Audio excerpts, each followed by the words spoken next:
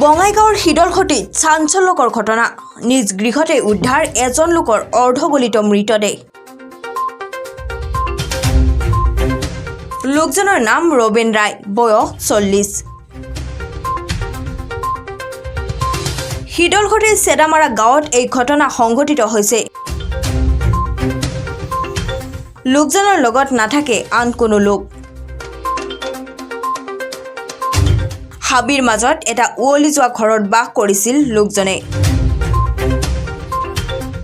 আজি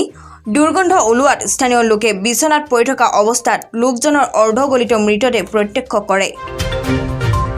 লগে লগে অৱগত কৰে উত্তৰ শালমাৰা আৰক্ষী চকীত উত্তৰ শালমাৰা আৰক্ষী চকীৰ আৰক্ষী ঘটনাস্থলীত উপস্থিত হৈ মৃতদেহ মৰণোত্তৰ পৰীক্ষাৰ বাবে প্ৰেৰণ কৰে বিষাক্ত সাপৰ দংশনত লোকজনৰ মৃত্যু হোৱা বুলি সন্দেহ প্ৰকাশ কৰিছে স্থানীয় ৰাইজে অতি কমেও 4 দিন আগতে লোকজনৰ মৃত্যু হোৱা সন্দেহ ৰাইজৰ পুনৰবাৰ জনাইছো বঙাইগাঁৱত নিজ গৃহতে উদ্ধাৰ হ'ল এজন লোকৰ অৰ্ধগলিত মৃতদেহ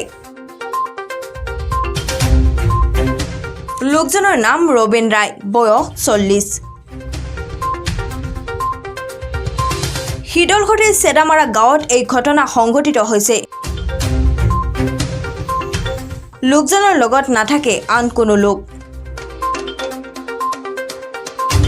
হাবিৰ মাজত এটা উৱলি যোৱা ঘৰত বাস কৰিছিল লোকজনে আজি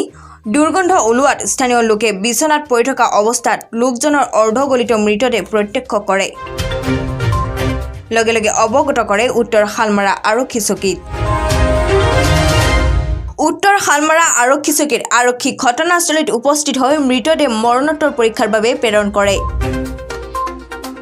বিষাক্ত সাপৰ দংশনত লোকজনৰ মৃত্যু হোৱা বুলি সন্দেহ প্ৰকাশ কৰিছে স্থানীয় ৰাইজে অতি কমেও 4 দিন আগতে লোকজনৰ মৃত্যু হোৱা সন্দেহ ৰাইজৰ